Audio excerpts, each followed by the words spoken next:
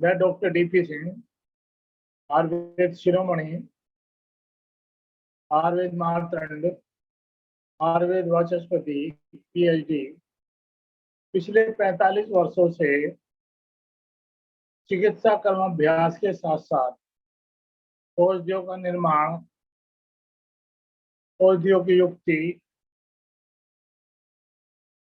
रोगों पर उपयोग करने के तरीके, इन सब पर कुछ ना कुछ शोध करता रहता हूँ।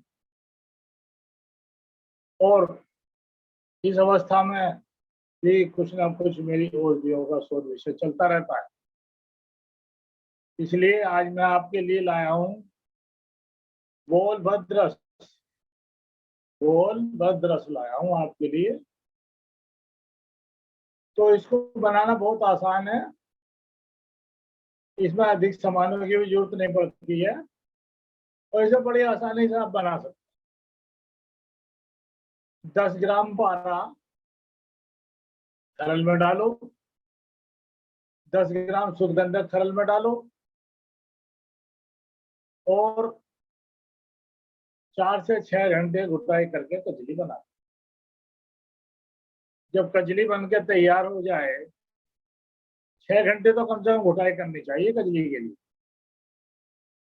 6 से अधिक कर लें तो और भी अच्छा है, क्योंकि जितनी कजली महीन और एक जान हो जाती है, उतनी ही कजली ज्यादा गुणकारी होती है और औषधियों में ज्यादा गुणों को प्रदान करती है। तो ये दोनों चीजों की हमने कजली बना ली। शुद्ध पारा 10 ग्राम, शुद्ध गंधक 10 ग्राम कजली बना ली। कजली बनाने के बाद एक औषधि आती है खून खराबा। खून खराबा का 30 ग्राम पाउडर, खून खराबे को पीस कर कूट कर कपड़ छन करके 30 ग्राम पाउडर तैयार कर और 10 ग्राम किलो तो इनको कजली में डाल करके पहले तो घुटाई करें।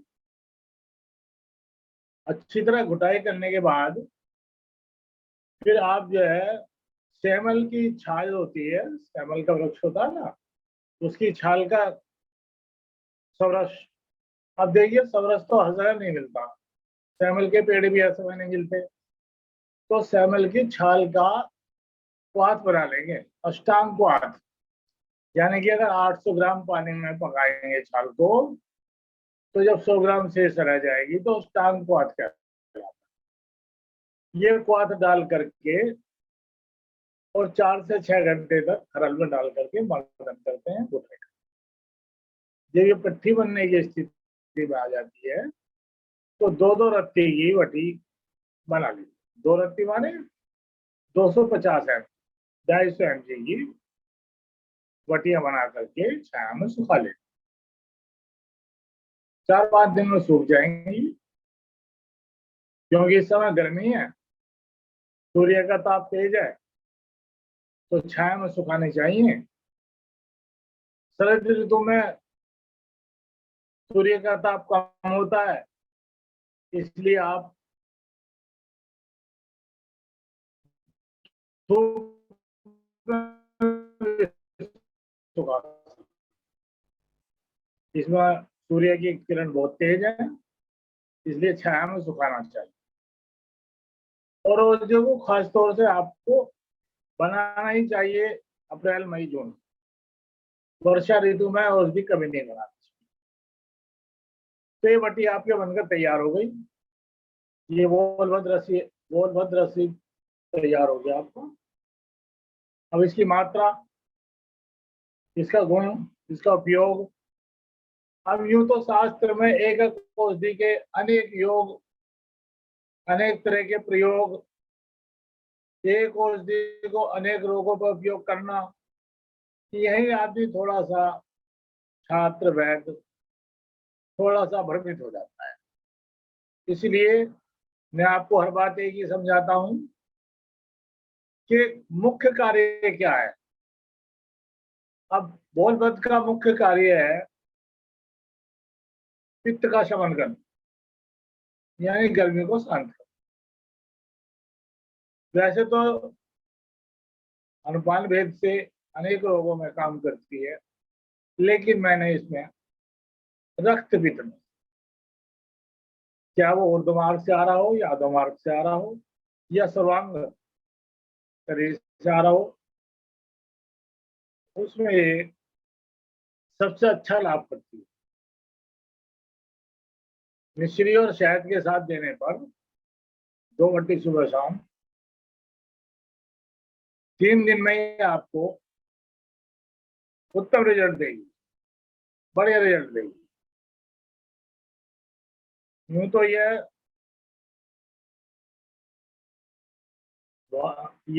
ये एसिडिटी के लिए, यानी कि अम्ल पित्त में भी कार्य करती है।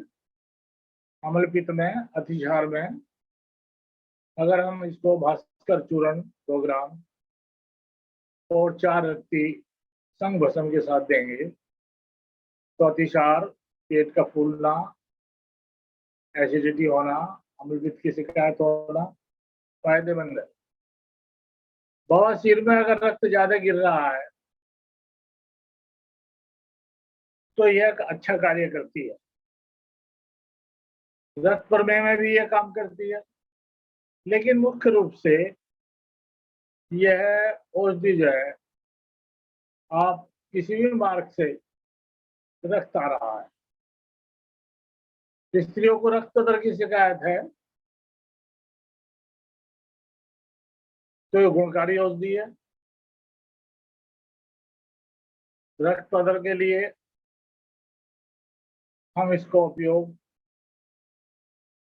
शहद के साथ, मिश्री के साथ, पान के रस के साथ भी करते हैं। मैं तो अधिकतर रसों का प्रयोग शहद और मिश्री या दूध इनके साथ करता हूं। यही मैं आपको अपना अनुभव बताना चाहता हूँ। अभी कह दिया जी पान की डंडी का सब रस, अब आदमी पान की डंडी ढूंढते फिरो। चलो अदरक का सब रस है चीज, अदरक किचन में है, हम कूट कर रस निकाल लेंगे, 1 चम्मच यूज कर लेंगे। अब ये नहीं जी पान की डंडी के सौ रस के साथ, शास्त्र में तो कह दिया, लेकिन मेरा अपना अनुभव है समस्त प्रकार के रस शहद के साथ, भले ही रोगी मधुमेह से पीड़ित हो। स्वर्ण, एक बात मैं आपको बताना चाहूंगा कि स्वर्ण युक्त जितने भी रस होते हैं, मधुमेह के रोगियों को आप शहद के साथ देंगे तो उसकी मधुमेह में लाभ होगा। वरना आप अजमा कर देख लेना, पहले उसकी ब्लड शुगर की जांच कर लेना। 1 सप्ताह कोई भी स्वर्ण युक्त रस आप उपयोग करेंगे शहद के साथ, 1 हफ्ते बाद देख लेना अगर शुगर 300 है तो शुगर 150 आ जाए। ये मेरा व्यक्तिगत अनुभव है। मैं आप सब वैद्यों से, चिकित्सकों से, डॉक्टरों से निवेदन करूंगा कि स्वर्ण युक्त जितने भी रस हैं शहद के साथ देने पर मधुमेह को शांत कर दे। आप दे के देखना। एक बार मुझे लोग कह रहे डॉक्टर साहब तुमने बसंत पुष्पा का रस शहद के साथ बता दिया। आप डॉक्टर हो ना, मैंने वैद्य से एक बात बताऊं, हूं तो वैद्य, डॉक्टर तो इसलिए हूं कि वाचस्पति हूं, पीएचडी हूं। एक बात बताऊं मैं आपको, आप बूढ़े हो रहे हैं, आपने यह कार्य किसी गुरु से सीखा है और वो आपके गुरु भी आचार्य नहीं थे, उन्होंने भी ऐसे सीखा परंपरागत, तो आपको ज्ञान तो है नहीं, अज्ञानी बातें कर रहे हो आप। अजय लोग नहीं, आप लोग इंजेक्शन लगाते हो, ग्लूकोज चलाते हो, आपको वैद्य का क्या ज्ञान। नहीं वैद्य जी तो जिद करने वाली बात है, 40 साल पहले की बात बता रहा हूँ मैं आपको। अब तो बेचारे वैद्य स्वर्ग भी सिधार गए। तो इस तरह की अलग अलग बातें जो परंपरागत वैद्य हैं, हालांकि उन्होंने हमारे आयुर्वेद को बचाया हुआ, उसके लिए मैं उन्हें धन्यवाद दूंगा, क्योंकि हमारे जितने भी आयुर्वेद के स्नातक निकलते हैं ये सब एलोपैथिक की प्रैक्टिस करते हैं। तो अब तक जो आयुर्वेद की इज्जत को बचाया है वो इन परंपरागत वैद्यों ने ही बचाया है। इसके लिए मैं इन्हें धन्यवाद दूंगा और ये धन्यवाद के पात्र है। इसलिए मैं आप सभी चिकित्सकों से निवेदन करूंगा कि इतने सारे रोगों पर एक योग को देने की बजाय एक दो रोग पर ही इसका सफल परीक्षण करना चाहिए। गोलबद्ध है, रसिए, ये रक्त पित्त के अंदर जहां रक्त शरीर से किसी भी हिस्से से आता हो, नाक से, मुंह से, कान से, मूत्र मार्ग से, गुदा मार्ग से, अर्श में भी सर्वोत्तम औषधि है, रक्त पदार्थ में भी सर्वोत्तम औषधि है। तो आप लोग औषधि को स्वयं बनाइए और स्वयं बना करके उसका उपयोग कीजिए। अभी कोई वैद्य कुछ अपनी बात रखना चाहता है, कोई जिज्ञासा रखना चाहता है, तो मैं उसकी जिज्ञासा शांत करने की कोशिश करूंगा। नमस्कार सर। जी हाँ, बोलिए बोलिए। सर, मुझे ये मेरा प्रश्न था कि अतिसार में हम किस प्रकार से चिकित्सा करें। जनरली हम लोग टैबलेट अमीबिका, आम पाचन, चित्रकादी, कुटज घनवटी, इन सभी का प्रयोग करते हैं। पर सर एक बार आप बता दीजिए बोलबद्ध रस के साथ हम किस तरीके से कॉम्बिनेशन बनाएं।